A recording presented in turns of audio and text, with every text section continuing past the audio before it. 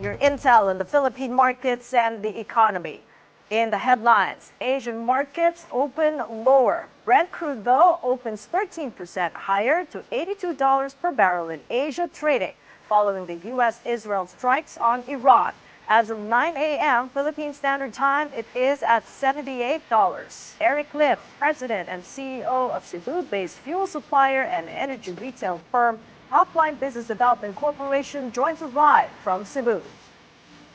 As global oil prices head higher, what will it mean for risk appetites for local assets? Japhet Santiago, research manager of PhilStocks Financial, joins us from Manila.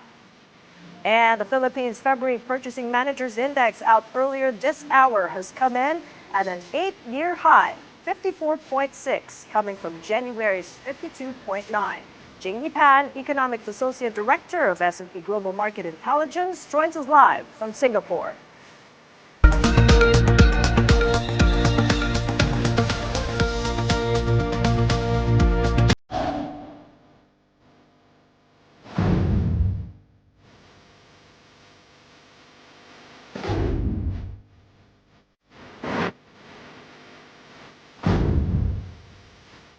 And a look at the global trading this Monday following the Mideast conflict that erupted over the weekend. Asian markets down at the get-go as the conflict raises concern on energy supply. That's equity markets you're seeing. Japan's Nikkei 225 bleeding by nearly 1.25%, South Korea falling by 1%, and Australia's ASX 200 declining 0.4%. U.S. stock futures tumbling in after-hours trading, with the Dow falling by nearly 1%. Both the S&P 500 and the Nasdaq slide by 0.8% each. As for the Philippine peso, it opens today lower, 57.85 to the dollar. The peso settled to 57.665 against the greenback on Friday. Traders say the local unit may depreciate this week as a result of U.S. and Israel's attack on Iran. And oil prices surged by nearly 10% this Monday, underscoring the economic risks of a drawn-out conflict in the Middle East. Both Brent crude and West Texas Intermediate are up by about 7% each, with Brent breaching the $80 mark to open at $82 per barrel, up 13%. And we're still waiting for figures of Dubai crude, but it's up by about 0.1% from Friday's trading. All eyes are on the Strait of Hormuz, a narrow waterway off Iran's southern coasts. It's where a fifth of the world's seaborne oil trade and liquefied natural gas flow.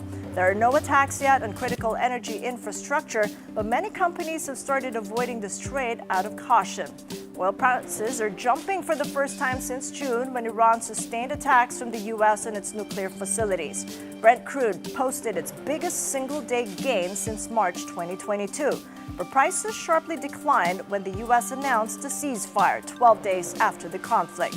This time, analysts warn that oil may hit $100 a barrel if Middle East plunges deeper into the conflict and if the Strait of Hormuz is blocked. Global oil oversupply, however, may temporarily blunt any increase in prices. The OPEC Plus agreed on Sunday to modestly increase output in April. With local pump tracking international benchmark, domestic fuel prices are expected to increase in the near term. Initial estimates from the Energy Department show an increase of 1 peso and 10 centavos per liter in gasoline, 90 cents per liter in kerosene, and 50 cents per liter in diesel. Topline Business Development Corp listed on the Philippine Stock Exchange on April 8, 2025. It is a Cebu-based energy company focused on commercial fuel trading and distribution, fuel service stations, ports, logistics, and related real estate. Topline has since been on an aggressive fuel-linked expansion drive out of Cebu and across the Visayas. Now, that growth story faces a global test as coordinated U.S.-Israel strikes in Iran and fresh tensions in the Middle East push out prices higher. Well, with us now for more, Topline President and CEO Eric Lim in Cebu. Mayong buntag, Eric, and welcome back to the program. Yeah, mayong buntag, Cathy. Well, thank you for having me. Yeah, an unfortunate turn of events over the weekend with Brent crude now punching up over $80, now at $78 per barrel. What is your reading this moment for global oil prices? But actually, again, that's what you mentioned, Cathy. It's quite unfortunate over the weekend. I mean, if you look at Iran, that's what you mentioned earlier. it's basically about, in terms of oil production, it's about the fourth largest oil producing country in the world. It's about 3 to 4% of global trade in the market. And as of January data, 2026, it's producing about 3.5 million barrels a day. So if in case something happens with that supply chain, it would definitely give more upside pressure on the prices for the short term and the medium term. Yeah, let me pick up on that upside pressure because it was just about 9 months back, wasn't it, when oil surged more than to its highs in more than 3 years after the 12-day war between Israel and Iran. So how did your company manage then? So if you look at last year, it was at June 2025. It was a little bit higher than usual, but since there was a ceasefire after 12 days, it did basically prices went down after that. But this one is a little bit more interesting. More areas in the Gulf that's being affected. So for us in top line, we just made sure that we have ample supply in our supply chain. So currently, right now, we have a capacity that could run up to 3 to 4 weeks, more or less, for our customers. We have ample supply. And just recently, again, we have very important approvals from the board of top line, which is number one, to basically conduct capital raising activities. We reclassified about 800 million common shares to preferred shares. Now, these are dividend yielding preferred shares, hopefully in the future for our investors. And number two is basically creating a subsidiary in Singapore for our trading house that could give us more flexibility in the world market for supply. I just wanted to pick up on ample supply. As you mentioned, 3 to 4 weeks down the line. And I know that as a Cebu-based trader, you're plugged into the Singapore market. So what do you think is already priced in? And what do you think is the market still underestimating? Well, I think, again, as what you mentioned earlier, it's always important to understand the infrastructure involved, especially the trading of fuel in the Middle East. Because if the Strait of Hormuz will be affected, which is about 20% of oil trade passes through that strait, shipping costs would definitely drastically go up. And most importantly, if energy infrastructures will be affected, it can also have a choke point in terms of supply in the world. So these are things that we're quite interested in monitoring in the next couple of days. Indeed, and that map that we're seeing right now is very important to that discussion in terms of supply. You've got 3 to 4 weeks of ample supply. Does that mean if the tensions carry on beyond a month, would that mean higher prices at the pump for your customers in Cebu and the Visayas? But I think it really depends on the resolution phases in this conflict, on how it would drag on. What's important for us is we have ample supply in our vertical integration strategy here in top line, because at the end of the day, prices would have an upside pressure in the next couple of days. The question is, we have to have supply for our customers, and that's what's important right now. So that's why, based on the strategy for top line, going to be importation for the Singapore trading house, and at the same time creating additional capacity in place for our products. And it's not about just supply, Cathy. It's more about energy security for the region, for the Visayas. That's what we're looking at right now. So you can hold the line and not increase prices. That's something that you can confidently say to customers right now. Yes. So right now, that's why we have a really good pricing group, our team. So we're doing several hedging activities, forward pricing. We have a good contract from our suppliers. So we're very focused on that.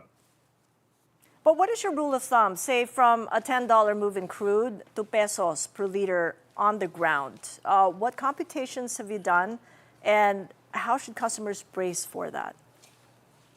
Well, I think the important thing right now is to understand that there's always a knee-jerk activity or knee-jerk reaction on the onset of the conflict. So the question now is, how long is the conflict to be resolved? Or basically, it can be a bit, it can be easier for us to discuss in terms of pricing, but I think we have to check the world market in the next few days. And we will indeed. Thank you so much. I know these are difficult questions, but thank you for providing those insights. Eric Lim of Topline in Cebu.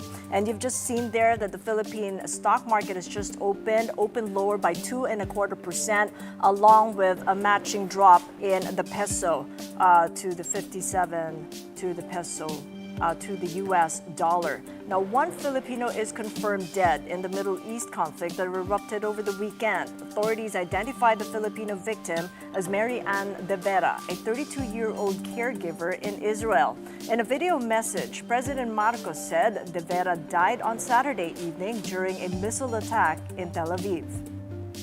Na-report po sa atin ay namatay po ang isang Mary Ann Velasquez De Vera na tigang Pangasinan. Siya po ay isang caregiver sa Israel na tinutulungan ang kanyang alaga para dalhin sa bomb shelter. Ngunit hindi na po nakaabot sa bomb shelter at inabutan na sila bago sila nakarating. Siya ay namatay dahil tinamaan ng shrapnel ng mga bumagsak na bomba. Patuloy po ang ating pagmonitor sa kalagayan ng ating mga kababayan na nasa gitna nitong gera, patuloy pa rin sa Middle East. The U.S. and Israel attacked Iran Saturday afternoon Manila time, with President Donald Trump and Prime Minister Benjamin Netanyahu both eyeing regime change. As a result, over 200 have already been killed, according to the Iranian Red Crescent Society. On Saturday, Iranian state media confirmed the death of Supreme Leader Ayatollah Ali Khamenei, a hardline cleric who ruled Iran for 37 years. Netanyahu said Israel was able to destroy Khamenei's compound. The attacks also killed senior Iranian military leaders. Trump has warned of more casualties as military operations continue. Combat operations continue at this time in full force, and they will continue until all of our objectives are achieved. We have very strong objectives. Earlier today, CENTCOM shared the news that 3 U.S. military service members have been killed in action, and sadly, there will likely be more. Before it ends, that's the way it is. Iran has retaliated with attacks in Israel and nearby U.S. bases in the Arab Gulf cities, such as this one in Bahraini capital of Manama. Most of Iran's missiles, however, were intercepted by air defense systems. The Kingdom of Saudi Arabia condemns Iran for the, quote, blatant and coward attacks targeting areas in Riyadh. The foreign ministry warned, quote, it will take all necessary measures to defend its security and safeguard its territory. Saudi summoned the Iranian ambassador yesterday to convey its categorical rejection of the attacks. The United Nations Security Council convened an emergency meeting on Saturday, with Secretary General Antonio Guterres calling for an immediate cessation of hostilities to prevent a wider conflict that may destabilize the Middle East.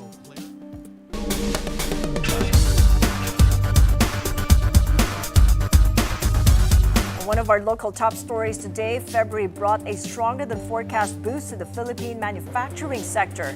S&P Global reports the PMI rose to 54.6 in February, up from 52.9 in January, its best performance since late 2017. The uptick was driven by faster output and steady new orders, extending the sector's expansion to a third straight month.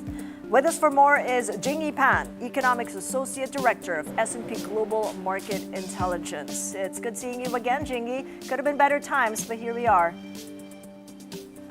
Well, good morning, Kate. Thanks for having me. Well, certainly, as you mentioned. Yeah, an added risk to the output gap that we didn't quite have in the past month. Let's tackle the geopolitical risk first, with the U.S. and Israel strikes on Iran over the weekend. In what way do you see this impacting supply chains and sentiment in the way it impacts the Philippines? Well, thanks for the question, Kari. So certainly, I think in terms of what we have seen over the weekend, there are some, expectations that something like this could happen. The fact that I think it did actually, unfold in the way it is, I think mainly what we have been seeing from S&P Global Market Intelligence is the risk, of course, first and foremost, I think as you discussed with Mr. Eric earlier, the impact on oil prices. Those are expected to be uplifted, and certainly that translation to inflation, I think, for the Philippines manufacturing sector, I think is going to be something to watch if it does extend for an extended period of time. On the other hand, I think in terms of output, that I think it's going to be addressed, particularly from a trade perspective, because supply chain is something that, it deserves its own chat by itself. But for right now, I think that's something that we're looking quite closely to as to what the impact will actually be for, not just Philippines, but in broader Asian market altogether. And certainly, I think, from the the export expectations to a large extent, we've actually recently just upgraded our forecast as well for the Philippines economy to expectation of 5.7% growth in 2026, and as well with the industrial production numbers, although that itself is formulated on the basis that we're seeing export remain rather resilient in this environment. So that's something that I think we have to keep a bit of watch of. Jingy, all those came before the U.S.-Iran tensions escalated, even including this latest survey, pretty good number. But those higher energy and freight costs, when do they become visible? If February isn't a good point of reference, is that shock more likely to feed through in, say, March or in the coming months? Well, certainly, Cathy. So with the manufacturing PMI, we do measure the change compared to the previous month. And I think you've discussed this just in the previous interview as well. It really does depend on whether there is this more of a knee-jerk reaction and how some of the oil suppliers themselves are managing the risk altogether with their current supply, as well as how they are hedging the risk itself and how is that translated to the companies. I think there are some nascent evidence already in February, perhaps not really coming through very prominently for the Philippines, but we do see in other regions there are mentions of higher energy, electricity prices being a factor for higher inflation, certainly with the February manufacturing PMI for the Philippines. In fact, the price indicators have actually shown below 50, so just very slight decline. But I think that could actually very well change if we do see the spike coming through and being reflected in March. But if it doesn't turn out to be a prolonged situation, I think that's still going to help keep inflation a bit more moderated. One thing to highlight is that for the Philippines, we are seeing inflation even before this itself expected to tick higher to 2.7% from 1.7% in the previous year. And this is on the expectation of the base effect, but also we have been expecting that energy prices to be more moderated to keep to that 2.7% as a final target. point, the February numbers would show the impact of the fresh global tariffs from President Trump, even well before the escalation in the Middle East. How did that show up in terms of pricing pressures, export orders, maybe even business and consumer confidence? Well, we don't see that coming through so strongly as mentioned. The input cost and output price indicators have been below 50, so they are showing a little bit more of this subdued situation.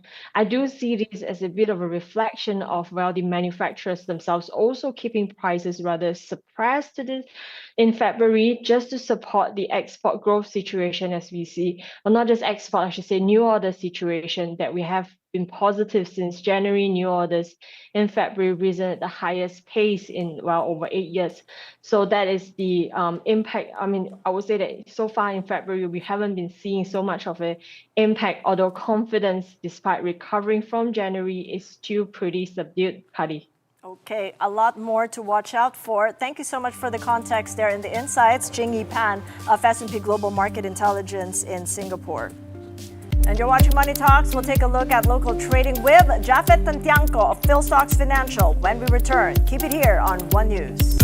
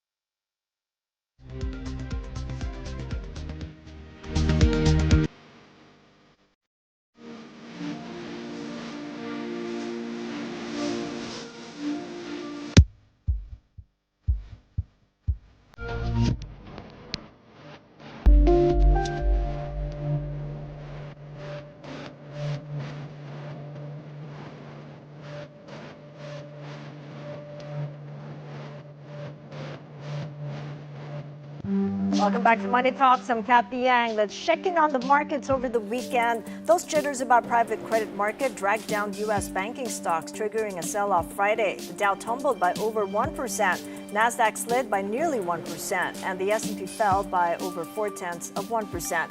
The benchmark 10-year Treasury yields ticked down to 3.961%, its lowest since October, and gold prices jumped to $5,230 per ounce. Let's take a look at the PSCI on the backdrop of that U.S.-Iran conflict. PSCI has opened lower by over 2.2%.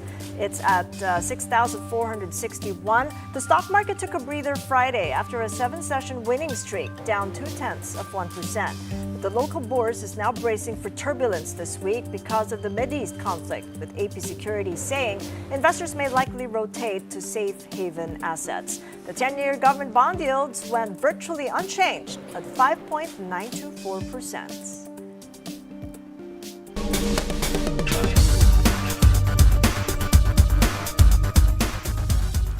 And joining us on the initial impact on the markets across all asset classes, Jafet Tantiangco, Research Manager at PhilStocks Financial. Good seeing you again, Jafet. Welcome back to the program. Good morning, Ma'am Cathy, and thank you very much for inviting me. All right, so it looks like risk off across all asset classes, but where's money running off to? We've checked the opening numbers in the local market today, and as you can see, the general market is down. In fact, it plunged by more than 2%. But if you're going to look at it, there are some stocks that are outperforming. For example, you have the likes of our gold miners, you have Felix Mining, you have Apex Mining gaining at the opening trade. You also have our oil retailers, the likes of Petron and Shell. They're also posting gains in this early morning. And that tells you, and that gives you a picture of where investors are running to. Number one, with the geopolitical tension that's happening, investors are going for safe havens, one of which is gold. And so moving forward, we may see a rise in gold prices as well as in the price of gold mining stocks. At the same time, we're seeing a rise in oil prices. And so investors are considering oil retailers as winners on this one. And finally, moving forward, we may see also, we may also see demand in, treasuries and bonds and fixed income assets. So are So we it's going to really be in going a to be holding more pattern of here? What are you now advising investors? Should they just park their money there for now or for the long haul? Well, with respect to, of course, with respect to all that's happening right now, yes, we advise investors to somehow invest more cautiously. Be First, we should focus on those that are at an advantage given what's happening right now. So again, go for gold, go for oil retailers. Yes, go also for safe havens for the fixed income securities. We can still go for stocks, but we'll have to do it cautiously. As of the moment, of course, we are not advised to do so given that the market is declining. Let's wait for the market to find a solid support. where it will consolidate. And once that happens, then we can pick up shares. Right, because it's all sentiment driven now. But when we look at the fundamentals, I know that you've warned that the Philippines will feel this mainly through inflation and the peso. And we've seen the peso drop at the open. Between those two channels, which do you think is the more immediate concern for us right now, and why? Well, with respect to immediate, I believe it will be the local currency. Because inflation. Because if we're going to look at it on a market standpoint, the peso quickly adjusts. I mean, you're going to look at prices. If you're going to look at the local currency today, local currency has already depreciated because of what's happening because of what's happening offshore. And so primary or first concern would be the local currency. But of course, once oil prices become persistently high because of this war or this tension, then it's expected to reflect on inflation, and inflation in turn is going to be the long run concern. And that's going to be quite a concern for the Bangko Sentral, I would presume. Would that change the trajectory of the rate cutting, or even maybe a pause may be considered? Well, with respect to the situation at hand, yes. If you're going to look at Okay, so first, if you're going to let me give you a little bit of history. We can check what happened in 2018. In 2018, we've also experienced the same. We've had oil prices rising because of factors from offshore, plus the train law being implemented. So we saw a spike back then.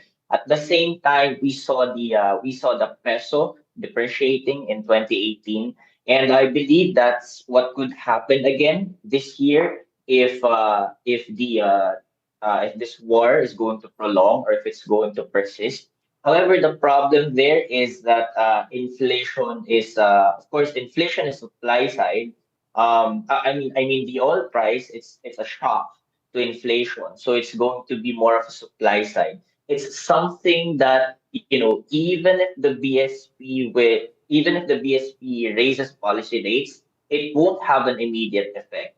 Though ultimately, there's still the possibility that the BSP will pause or even raise policy rates if oil prices tend to be persistently high, because it will have second round effects. It will have impacts on inflation expectations, and this is what the BSP doesn't want to happen.